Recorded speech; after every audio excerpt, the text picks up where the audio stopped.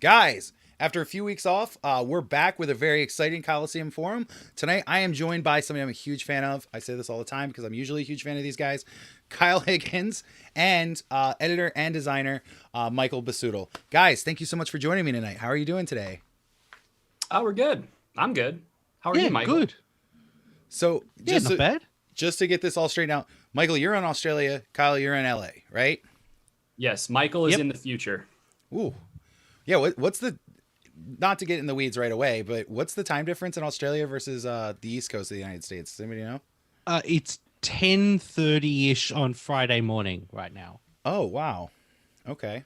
Has anything bad happened Friday morning? Like, do we have anything awful to look forward to? I'm not Emails from allowed to Kyle. tell you, but it's nasty. Oh, great. Excellent. So you might be wondering why we're speaking with Kyle Higgins. Are we here to talk about Winter Soldier? No. Are we here to talk about maybe some Batman stuff? No. Are we here to talk about Power Rangers? Yes, maybe a little bit. But we're actually here to talk about his upcoming book with Michael, where Michael, you're the editor, right, on that book? Yep. For Radiant Black. I'm going to let them tell you a little bit more about it. I am incredibly excited for this book. If you know me from the stores or if you've seen me do other Coliseum forums, I usually try to squeeze in what a big Power Rangers fan I am. I usually squeeze in what a huge Invincible fan I am. And from the mouth of Robert Kirkman himself, if you're missing Invincible right now, Radiant Black is apparently supposed to fill that void in your heart. Is that correct, guys? I mean, it depends on how big that void in your heart is. I mean, my cat has other opinions, as you probably can no doubt tell. Right. As He's he keeping you paces. humble. He's like my own personal Jaws. Here he goes again. Nope. Now he's just gonna sleep on or lay down on my keyboard. No, you can't eat my straw, dude. Come on. This is literally what I'm dealing with here. Of he just perches. And anyway, Wait, I have to ask, is the cat named Lord Draken? no. Oh, that's a good name though, right? It's on brand. I don't know that I would name I would name my best friend after something I created. Like I'm like there's some narcissism here, but I don't think I'm at that level. That's kind of a weird flex. Like your name is, Although but we do it I to do people all the have- time, right? Like, what if I name my son Billy Jr.? I do have a big Lord Draken helmet, though. If I can get it in frame. That is Pierre, come on, man, get down. He just swatted my action figures over. This is going great, guys. no, absolutely. Yes, it's sort of like Invincible. I mean, it's not sort of like Invincible. I Thank think you, Michael. Kyle, yeah. Well, that's why I'm here. To your Yeah. point, You were reading a lot of Invincible as we got going into the book, right? Yeah. I mean, the funny thing is that this book started, and I hadn't read Invincible. It was just what I wanted to do as an original superhero series, and some of the points of inspiration certainly come from Tokusatsu and some of the Japanese series that I actually started to discover really thanks to Michael and our friend Matt Groom, who writes Ultraman with me. Yeah. When I was doing Power Rangers, Matt and Michael and I became friends. I don't know if Michael would classify us that way, but I do. And so we just started kind of talking all the time over GChat, and they were kind of like behind the scenes weapons for me as I navigated what turned into, I would argue, maybe the biggest Power Rangers story of all time, which was Shattered Grid. And knowing that I was going to leave the book, but really still loving the source material and the tenets of Power Rangers that really spoke to me when I was growing up, I felt like building something new that was kind of in that space, but was a creator owned, could be really cool. And I was working on a version of this that was way more limited in scope. And it was really kind of designed to be like almost like a dystopian kind of story of like after several hundred years after, say, a group of transforming heroes kind of saved the world, and kind of what happened next. And then, just in a total coincidence, Eric Stevenson, who's the publisher of Image and a friend of mine, we were texting about superheroes one night about a year ago, in October, right after New York Comic Con. He goes, "Oh yeah, by the way, have I ever talked to you about building an original superhero series?" And I was like, "Well, what do you mean?" And he goes, "Well, not like a Batman analog, but like something brand new and contemporary and of the times." And I went, "I would kill to do that, but I assumed that there would not be a market for something like that." And he thought there would be. And looking at what I had for Radiant Black and going, well, if I do this straight's not the right word, but if I do this kind of from the beginning and do it in current times and take some of the things that scare me and some of my own doubts and failures and kind of filter that stuff through this superhero lens, that could be interesting. And that was really kind of the beginnings of what the book that's about to come out, well, at least FOC on Monday, turned out to be. And, Marcelo Costa came on at that point. He was a colorist that Michael and I actually met through Eduardo Ferragato, who did Matt's Image book that I was the editor on. Michael was the designer on, called Self-Made. And it turns out Marcelo also is an illustrator, and he loves superheroes and he loves Sentai. Yeah. And so he started working up designs. And the second that I saw what became the final design for Radiant Black, I was in Nova Scotia at a convention in October, November of last year. No, it was October. And right before Halloween. And he sent me like a revision on some designs he was doing. And they had been okay. They weren't quite working. And he sent me this. And I literally stopped in my tracks. It was freezing cold. Like I was on a sidewalk in Halifax, and I was like, yes, this absolutely. And I sent it to Michael immediately, and to Matt, and to Eric and everyone. I was like, this look like we all could just tell. It's like, that feels and looks iconic. And that's so important for a brand new character, much less a brand new superhero. And so from that point on, as I started really building it out in earnest, Michael Cho came on and did our first cover. That helped kind of set some of our aesthetic kind of preferences. And Michael also had really awesome, strong opinions on the design of the series, everything from, the cover treatments to the back matter and the social graphics, the website. Michael built all of it. And it was him, when I was still finding what the book would be, who wrote something of almost like a mission statement on like what this book could be. Like, this shouldn't be a book that looks backwards. This should be invincible for right now. This should be a modern contemporary series, and design aesthetics should reflect that as well. And I really just fell in love with that kind of.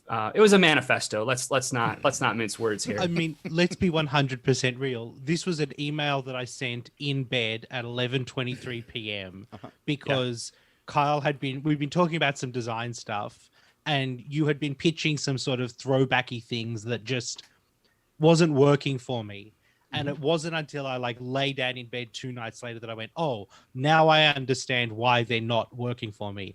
So I wrote Kyle this email. If I'd known that it was going to be this important to you, I would have proofread it, written it out properly. But it seemed to work. So, it worked out. Are there a lot of abbreviations, like an R instead of ARE and like a U instead of YOU? Like he just no, I not a monster. do send emails in full sentences, yeah. But yeah, it was not as well thought out as a manifesto maybe should have been. What then ended up happening though is right before the pandemic really hit, I was at C2E2 in Chicago, and they announced that Matt and I were doing Ultraman, and that went over very, very well. In a way that I had hoped the narrative would be like, oh, the guy who did Power Rangers is now doing Ultraman. And that really took hold even stronger than I was anticipating. So much so that, the conversations kind of quickly turned to with Image, like, hey, like, when should we do Radiant Black? Right. Because like we're really building this in earnest here, but like coming on the heels of Ultraman feels like it could be a really nice progression from, especially with retailers like Power Rangers to Ultraman to the creator-owned version in this kind of genre space as well. Right. And I had just happened to read the first volume hardcover of Invincible that my friend Sean Kirkham at Skybound had given me years ago. And I had read a few issues in it before, but I just hadn't read, the full hardcover. And I read it right after C2E2 and really loved it.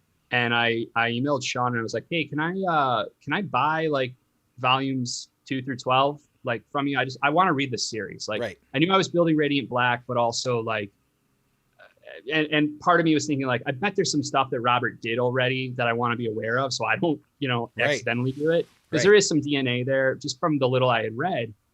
And Sean hooked me up with all 12 volumes. And so there's this box sitting here of all these hardcovers, or 2 boxes, I think. And I went to Mexico City for a comic book convention. And this was like middle of March. And while we were down there, everything shut down back in LA. Like, it was very strange when we ultimately came back, because like, all of a sudden it was like a dystopian city, and it was raining, which it rarely does in LA. So it made it even more eerie. Right. But I was down there with David Finch and Mark Silvestri, and we spent quite a bit of time together. And David and I have known each other for years, but this was the first time we really got to like hang out and really kind of talk for long stretches of time. And David actually, I was getting layouts in from Marcelo, and David, there was something that wasn't working in one of the big double page spreads in issue 1. And it just as a layout, and David went, oh, it should be this. And I don't want to spoil it. Actually the page is out there, the double page spread of the train. Yeah. And David's like, the train should be coming from overhead. I was like, oh, that's great. And he's like, yeah, if he did, he's like, you know what, when we get to the convention, he's like, I'll show you. So we get to the convention, and there's a line of people waiting for David to sign. And he's like, hold on. And he sat with me and he pulled out a piece of Bristol board and he did a layout for Marcelo. And I sent it to Marcelo, and Marcelo was like, oh my God, this is amazing. And that's so nice of him. And that's what's in the book. And then David said, he's like, I'm going to, and he had said this to me months earlier. He's like, when it's time, he's like, I'll do a cover for you. Like I promise I'll do a cover. And deadlines, once we got home from Mexico City, deadlines were really crazy for him. And it looked like he wasn't going to be able to do it. And then like a few weeks later, he just sent it to me finished. And it was like, whoa, he's like, I said I would do it. and so that started to firm up what issue 1 was going to look like. Right. And how we're going to present it forward. Michael made the joke the other night where he was like, I remember when this book had 3 covers. It's like, yeah, I do too. And we have a few more than that now. But to bring it all back home to Invincible, then I was stuck here during the pandemic lockdown. I live alone with a cat, as you have been able to tell from Sure. my Jaws cosplay going on here. And I looked and realized like, oh, I have this box of Invincible hardcovers sitting here, and I really want to read this series. And so I read it all in like 2 months. Sure. Like all 144 issues. Absolutely fell in love with it. Like, it's my new favorite thing. And what was so great about it is that I really had kind of fallen out of love with superheroes and comics to some extent, and I didn't realize it. Right. Because when you're making them day in and day out I've been doing this full time now for 10 years. Right. And it's like, I don't watch the DC films. I see some of them, a lot of the Marvel ones, and I quite enjoy, especially now they're taking like bigger chances. Right. But like watching the shows, things like that, it's like when I was 12 to 18, I would have lost my mind over the amount of awesome stuff we have now. But at 35, it's like, this is what I do day in and day out. I don't really want to enjoy this stuff.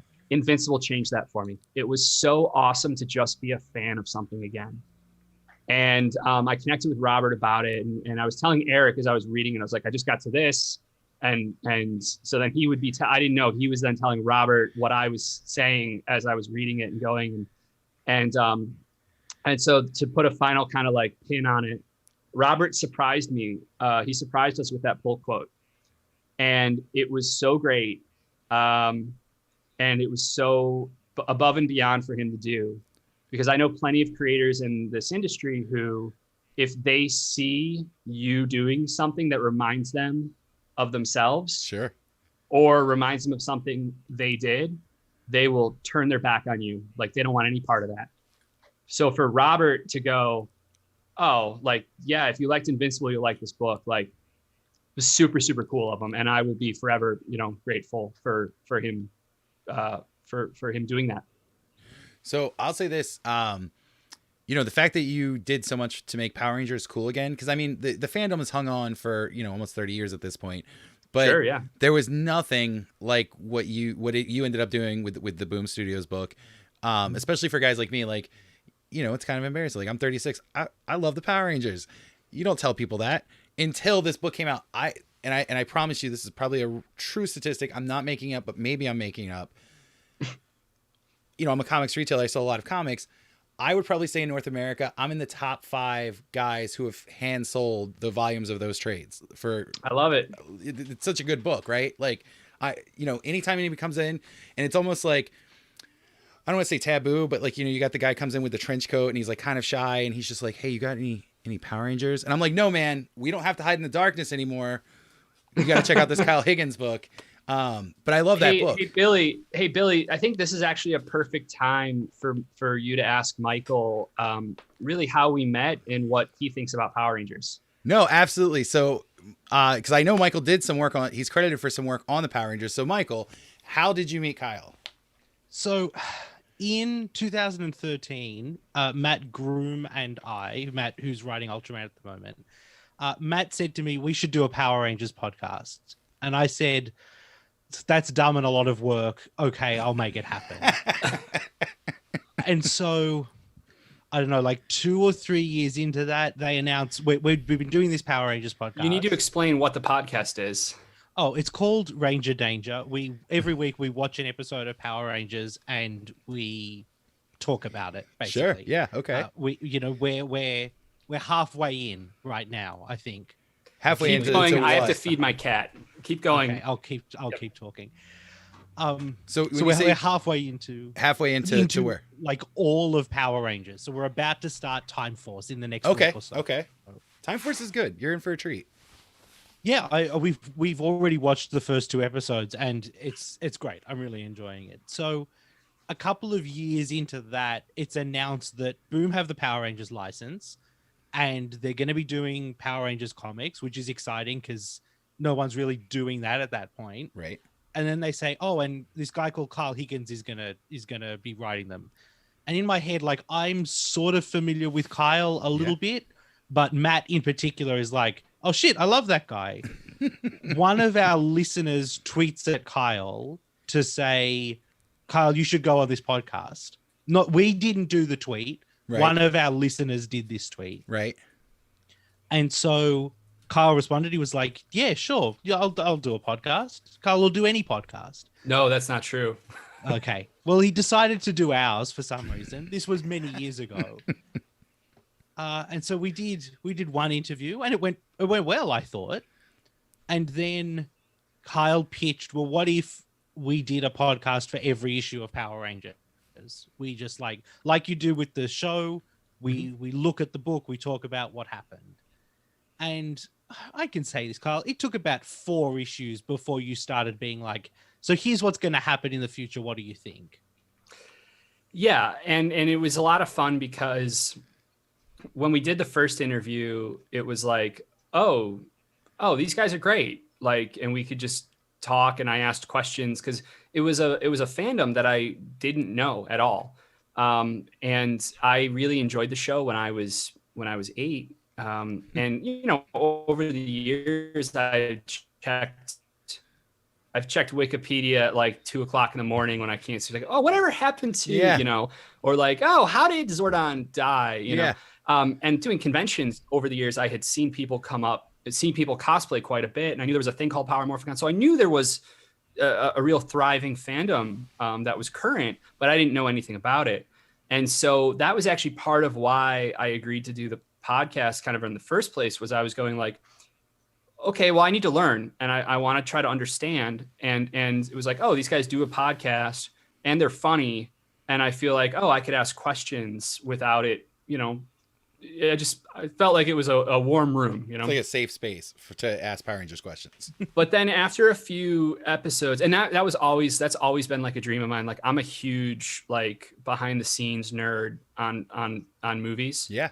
And DVDs and Blu-rays. That's actually the thing I missed the most about kind of the height of DVDs were the really extensive behind the scenes absolutely, and the director's commentaries and things of that nature. So I was like, man, it'd be really cool to do like a monthly podcast that is almost like a director's commentary if I was doing an ongoing series. And so this, when I had met Matt and Michael, was like, oh, this could be the one. This could make sense. They were crazy enough to go for it. And then as we got to know each other more and more, it was like, wait, Michael, you do what? Wait, Michael, you're also a designer? Wait, Michael, you code websites? Wait, Michael, you do all of this back end on the podcast? Wait, Michael, you host? Wait, Michael, are you a wizard? God damn it, Kyle. He does have a wizardly look to him, doesn't he? So very Matt, sagely. What I didn't know hate was all of that's you. actually what they call Michael, is the wizard. To Yeah. be clear, that's actually not what anyone calls me. I've seen screenshots of Matt's group thread with you, Okay, and you it's are you listed and as Matt. the wizard. It's only you and Matt. And Well, now the all of internet. these Yeah. watchers and listeners of Coliseum are going to know it as well. I call him WJ Shodenpenny, the wascally wizard. That's nothing. It's nothing. It's aggressively I thought it nothing. was great. It's our back matter name now. Words from WJ. No. Stop. And so yeah, it was like, so there's a deep love of Power Rangers there, especially for Michael. And so yeah, I'm surprised that Billy, you and Michael haven't crossed paths before. With fandom. No, that I'm very happy to meet Michael. I was really concerned when you were like, yeah, hey Billy, it's time for you to interview Michael. Let's hear this story. And I thought it was going to be loaded where like Michael's just like, I hate the Power Rangers. And I was hoping that wasn't the case, because he's got some Zords behind him. But how awesome and off the rails would that have gone? That'd have been great. So I'm super stoked. I can't wait to go seek out this podcast as soon as we're done. It's real good. I'm going to ask you to plug it for us now. Where do we find Ranger Danger? RangerDangerPodcast.com. We're at RangerDcast on Twitter. Those two things should get you to wherever we are on anything else. Antonio Philo says it's one of the best Power Rangers podcasts, and it's extremely entertaining. So I travel a lot in my position for Coliseum. I listen to a ton of podcasts. I cannot wait to add this to the top of the pile. There are 700 or so episodes, so you have got a lot of catching up to do. How long do There's also 3 episodes of USP Declassified, our Ultraman podcast. Despite there being 5 issues on stands, we're getting to it. We promise. A busy month, Kyle. We have this little book called Radiant Black that. Oh look, it's in the little. We had to credit him properly, so we had to update it. Great. A little poster, Thanks. yeah. So we've got this book called Radiant Black that. Michael Wizard Busuttil, yeah. Hold on, we're gonna need to screenshot that right now, and that's going to Matt. Great. Get a better screenshot going of that. Also, Michael, you're going in my contacts as Wizard Busuttil, just so you're aware. Sure. That's fine. That's what my life is like now. I've accepted it. Have you though? Nope. So If jumping you back say- into this, because I am a fanboy at Radiant heart. Black. And I do want to ask before we go, because you're a filmmaker as well. I mean, we talked a little bit about this with the Lord Draken film that you did, which was incredible. But there's something that people don't talk about enough, in my opinion, because I think it's the coolest. So you did that book, The Cowl, right? Or just Cowl, Yes. Cowl. But you actually did a film that book was based on before that book ever came around, right? Yeah, honestly, it's my whole career started from this film that I did when I was in college, called The League. It was my big senior thesis film, and essentially, it was a story about a superhero labor union in 1960 Chicago, and it almost killed me, like in all the best ways. It's 27 minutes long. It's shot entirely on film, on 16 millimeter, well, Super 16. There's tons of visual effects. It's got an original bebop, original jazz score by Joe Clark, one of my best friends in Chicago, a big jazz trumpet player and composer. And we played in bands together growing up in jazz groups. I sent that screenshot to Matt and he wrote back and he said, "This really is a great week."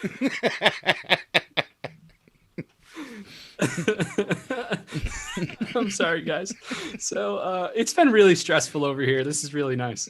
But anyway, so I made this film, and this was 2000, and we finished it in 2008. Right. So YouTube had only been around for like 2 years, and put it online through Vimeo. And one of my friends, he became a friend, but he was an artist that I'd hired named Eric White to design the main characters. He had kind of a Silver Age 60s kind of Bruce Timm, Darwin Cook-esque kind of style. And he really liked how the movie turned out. And he's like, "Do you have an agent?" And I was like, I'm 23, man. Like, this thing just took me over a year and a half to make. Like, and I just graduated a month ago. No, I don't have an agent. And he's like, "Well, can I introduce you to some people?" And I was like, "Yeah, absolutely." He had a pilot deal at ABC at the time based on one of his books called My Dead Girlfriend. And so we go down to San Diego Comic-Con. He let me use his wife's badge. And this was when they didn't care like what the name on the badge was. Right. So I walked around, I think, as Karen all weekend. And he introduced me to every single person he knew. And he had me bring down DVDs of the book of the movie. And the movie was unfinished. There were still green screen shots in it. Right. And everything. But the case art of the DVD was really, really sharp. My friend Owen Colgan, who's a big concept artist, he painted this amazing case art. So like when you look at it, it's like, oh wow, I'm not going to throw this away. Like you could just kind of tell like, oh, there's something. And the screenshots on the back and everything, it was really sharp. And so from there, I started kind of getting some meetings when I came back up to LA. But when I finished the movie proper, Eric literally that night sent out an email to 200 people, everyone he knew in film and TV, saying, "Here's this really cool movie. I did all the character design. If you like it, it's all Kyle, like drop him a line." So I ended up signing at a big talent agency and a big management company, like pretty much immediately, and doing I did 6 months of the water bottle tour of like studio generals and was up for some really big stuff, but everyone was just waiting for me to bring a script in that I wanted to make. And I was like, again, I don't know how to do that. And so I ended up kind of burning all that momentum. I was working as a sound editor at that time. Sure. And while all this was going on in the background, just to loop back, the very first person who emailed me after watching the link that Eric sent of the finished film was Joe Quesada. And so Joe was like, your love, I remember it very, very vividly. His wording was like, your love of comics shows up in every frame. If there's ever anything I can do for you, please let me know. P.S. I've already sent this to Marvel West Coast, like Kevin Feige, etc. That's actually one of my only kind of big regret is that when I signed with my actually still agent, the first phone call he made was to Kevin directly, because this was 2008 and you could do that. Right. And I never met with Kevin. So that's my one kind of regret, where it's like, oh, we'll do it. But it didn't happen. And then the moment passed, Wouldn't it be weird if Kevin's doing a podcast right now and he's like, there was this kid that was like blowing up in like 2008, right before he did Iron Man. Yeah, I'm sure. Higgins. I'm sure that's exactly what's on his mind day to day. Right. But what I will say though is like, I didn't want to write comic books despite loving comic books. I never really thought I could. But when I got an email from Quesada going, "If there's ever anything I can do for you, let me know," my first response was like, well, first of all, I really enjoy your work, because I did and do. He was one of my favorite artists, especially at that time. And I said, like, if you're ever looking for new writers, like, you should please let me know, you know? Right. And he basically wrote back and he's like, I'm always looking for new writers. Like, what kind of stuff do you like? And I told him, he's like, all right, here's what I'm going to do. I'm going to send the short film around to my entire senior editorial staff, because he was editor in chief at the time. Right. And he goes, I find that it's often best for new writers to like come up under and pitch to someone, you know, someone else, not me directly. And at the time I didn't understand, but now looking at it, it's like, oh yeah, I mean, like, that is way better. And politically, it's just better for everybody as well. So I pitched to Tom Brevoort for 10 months. I pitched like 20 stories and finally landed an issue of Captain America that Alec and I wrote together. So is it like one of those like 90s movies montages where it's like him sitting there like this and you going like, and then it cuts to the next one and he's just like, no, each time until finally they land on that Captain America? No, I mean, the story is longer and probably boring. So I won't get into the nuances of it, but essentially it was like I was pitching cold. Right. So it was always like, if it's good enough, we'll find a spot for it.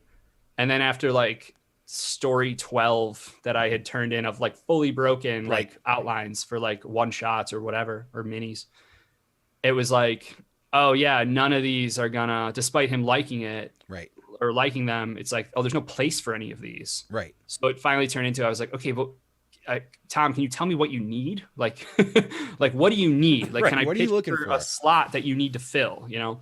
And I finally got some traction that way. And Alec and I built this Captain America World War II story. And that was my first comic book. And then from there, it just kind of turned into like getting some work at DC. Mike Martz, I owe a ton in my career to. And once they offer you Batman, like, I don't know anybody who says no to Batman. So I actually quit my sound editing job to write Gates of Gotham, Deathstroke, ultimately Nightwing for the New 52. And I was doing this mini series at Marvel called Supreme Power. It was a continuation of the JMS, Gary Frank, Chris Sotomayor book that I loved. Didn't you end up, and you so did, like, oh, wow. Batman Beyond as well, the 2.0, right? Not then. That was like 3 or 4 years later. Okay. So, so as I was doing all those, I met Eric Stevenson and started talking about how much I wanted to do a book at Image. And I had like 3 or 4 ideas. And one of them in particular still hasn't come out, but in a good way. Like it took me a long time to crack it. Right. And, you know, actually Michael and I Michael, I owe script on it tomorrow. So that one. Okay. Yeah, yeah, you do. I'm editing that one as well. That's fine. Yeah. But what was I going to say? Yeah. So what ended up happening was Rod Reese was a colorist at DC, and he had colored the majority of my Nightwing run at that point.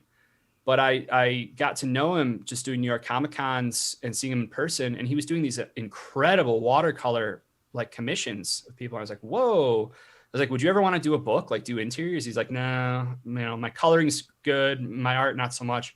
A year later, I got on him again about it. Like, are you sure? And at that point, he was like, I think we had done an 8-page story for Brian Bucciolato's anthology, Foster anthology at one point, just to try it out. I convinced Rod to do it. And then, so like a year later, I was like, so are you sure? He's like, I think I'm ready. I think I would. And I told him, I was like, you know what? This is a crazy idea, but I have this property called The League, which is what it was called at that time. Right.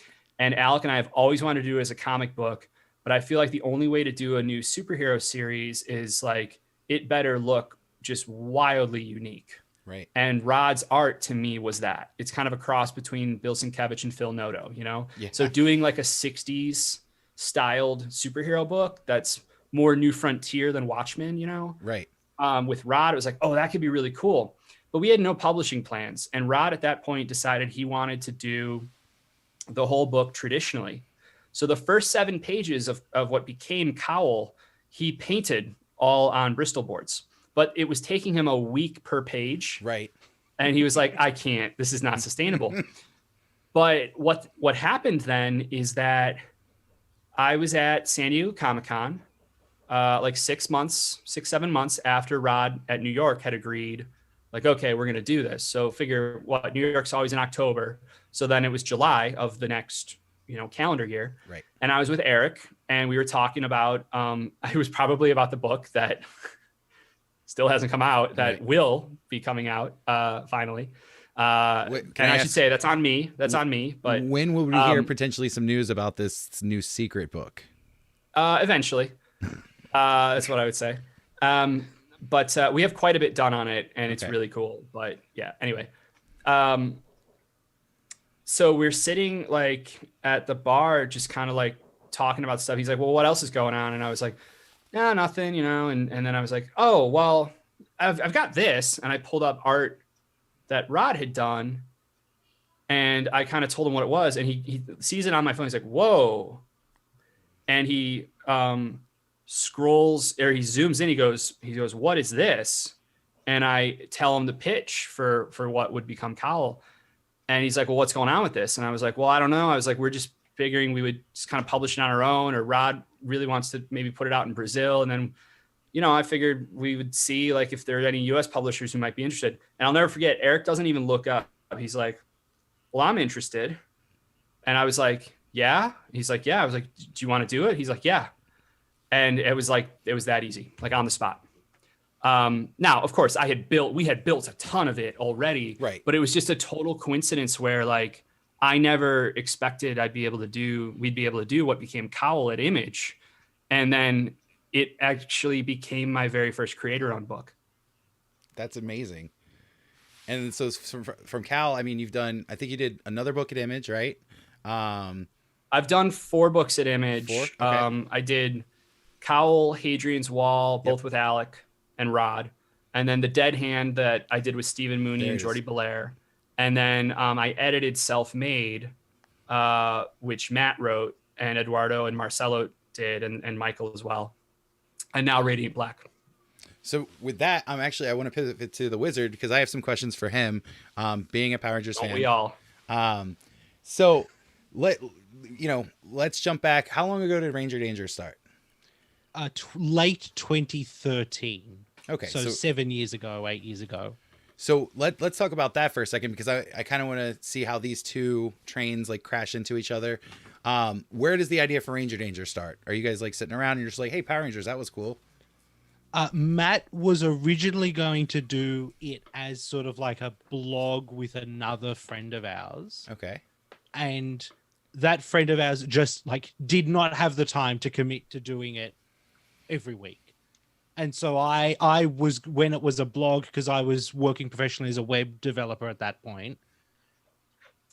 Kyle thinks he's pointing to Wizard, but his hand's in the wrong spot.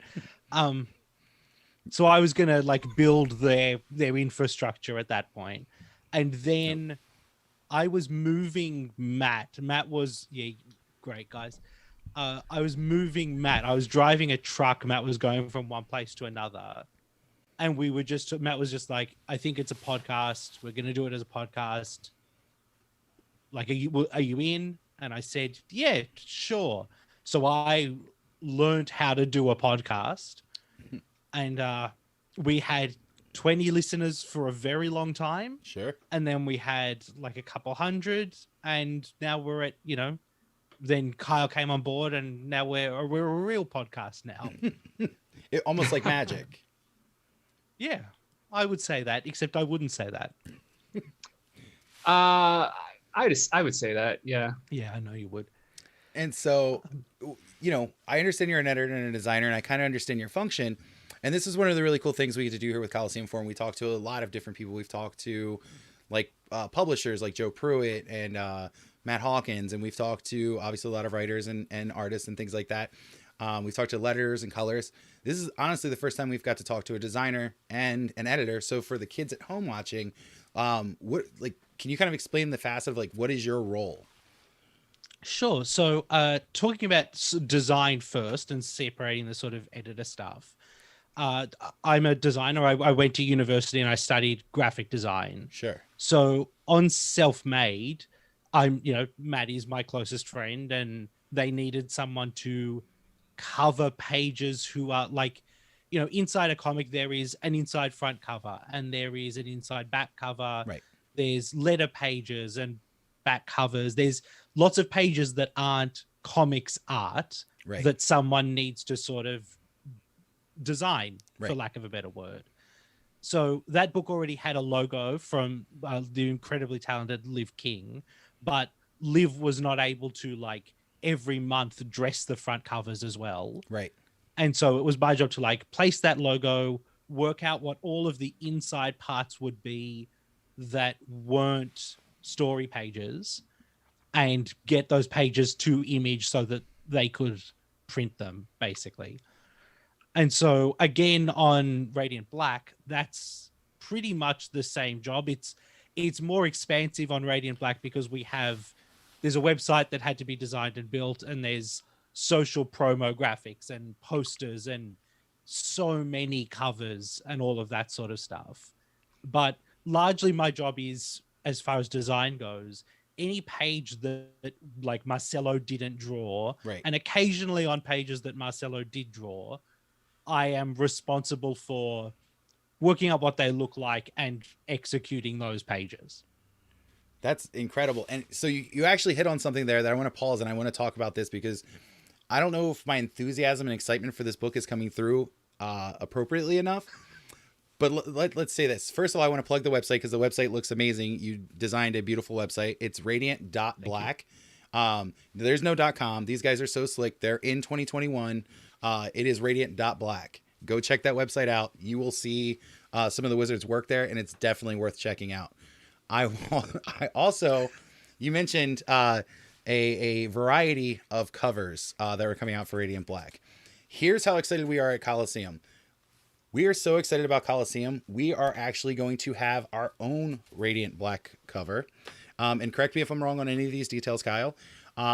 We are also at this point talking about doing a Coliseum exclusive cover for the first 6 issues of Radiant Black that will actually be a connecting variant when it's done. So you have a beautiful piece of art. And we like Kyle so much. I'm a big Kyle Higgins fanboy. Everybody knows this. You're actually in talks to come out to our next Coliseum Roadshow to sign for this super cool book that you're doing on. Am I correct on all those details? Yeah, no, that's happening.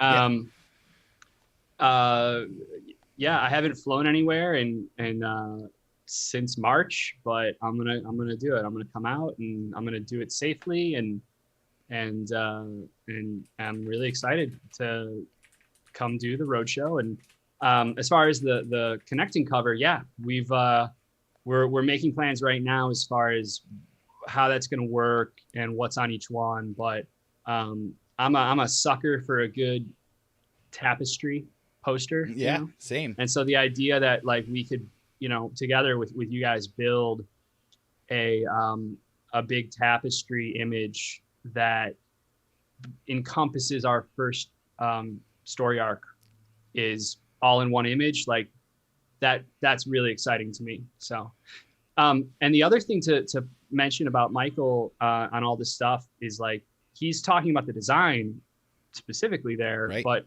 how would you describe your role as an editor? Keep the name calling to a minimum, I would ask. And also, how does that role, I mean, you haven't done a work for hire, like you haven't edited Marvel DC, for example, but I guess what I'm trying to get to is like the editing on a creator-owned book is different than like editing a Marvel or DC book. That said, Michael and I are so close, like he will always tell me what to do.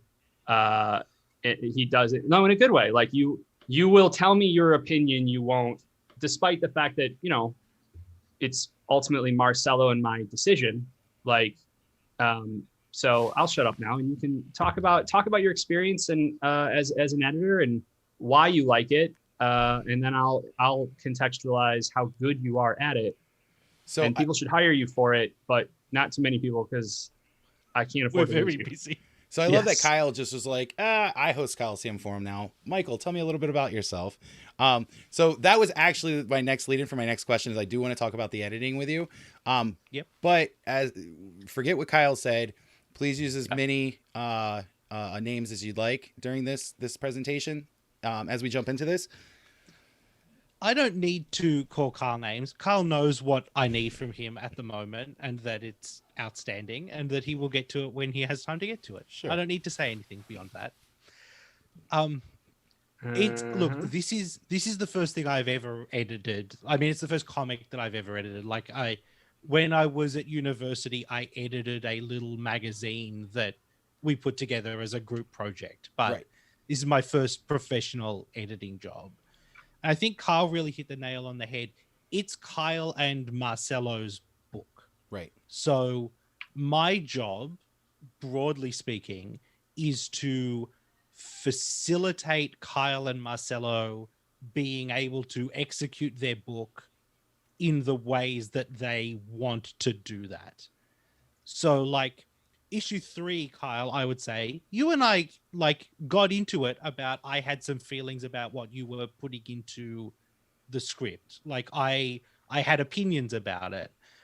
But at the end of the day, my job is to read Kyle's script, work out what it is that he's trying to say. If I disagree with it or agree with it, whatever, it doesn't matter. Once I've made clear to Kyle how I feel, it's Kyle and Marcelo's job to make the decisions that they're going to make, basically. And that's like editing in the sort of actual like copy editing sort of way. Right. And then beyond that, it's mostly just spreadsheets.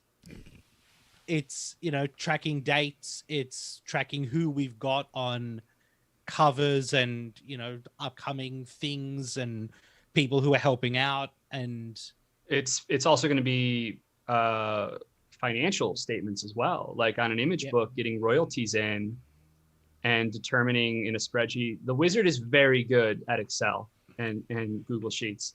No, and so building absolutely. a spreadsheet. Well, you've already built it. You built it on Self-Made, and I feel like we used a variation of it already on the thing that hasn't been announced yet, that I owe script on tomorrow. But it's like he's built kind of like a formula template kind of spreadsheet, sure, so that we can determine costs versus profit as we're splitting up the royalties based on the percentages agreed to on all the creative teams. Like the thing for me with a book like this is I want this book to run forever. Sure. Like I've built this foundation in a way where the book's not about me, but there's a lot of me in the book. Right. And that's done on purpose. It's done because I look at, I actually heard a quote. I heard Jerry Seinfeld talk about this one time on his Comedians in Cars Getting Coffee show, where he was like, yeah, the show couldn't have kept going. And his guest was like, no, like the show could have grown with you. And he's like, no, it wasn't built that way. He said the show is about 4 friends all living in apartments in New York. Like the show works for that moment in time. He goes, no one wants to watch Jerry get married and move to the suburbs. Right. So it can't really grow with him as a person and as a creator and a performer. So thinking about that with something like Radiant Black, like one of the things I love so much about the original Image superheroes is like those first however many years, it was all in real time. Savage Dragon is dead. It's his son who's the star of the book. Right. And so building a foundation where this could run for a long time also meant there's 2 components to that. There's creatively building that foundation, but there's also logistically building that foundation. And on all my other previous Image books, we've tried editors in the past, and it just never quite really gelled. And I ended up doing everything myself. And on this go around, it was like, oh, I don't want to do that. I want help. It's better for the book. It's better for my own sanity. And on top of that, like I just had so much fun with Matt and Michael. I mean, that's why Matt and I keep working together. Right. It's why Michael and I have found a new way to continue working together, despite me not being involved in Power Rangers anymore and not doing the Boom Rooms podcast anymore.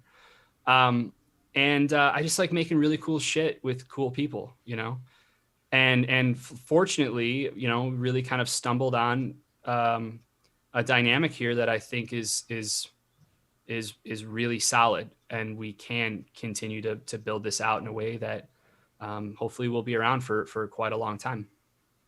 Yeah, I think the only other thing that I would say is like on that note, the way that I look at my job is I am trying to get as many barriers out of Kyle and Marcelo's way to let them make the cool shit that they want to make.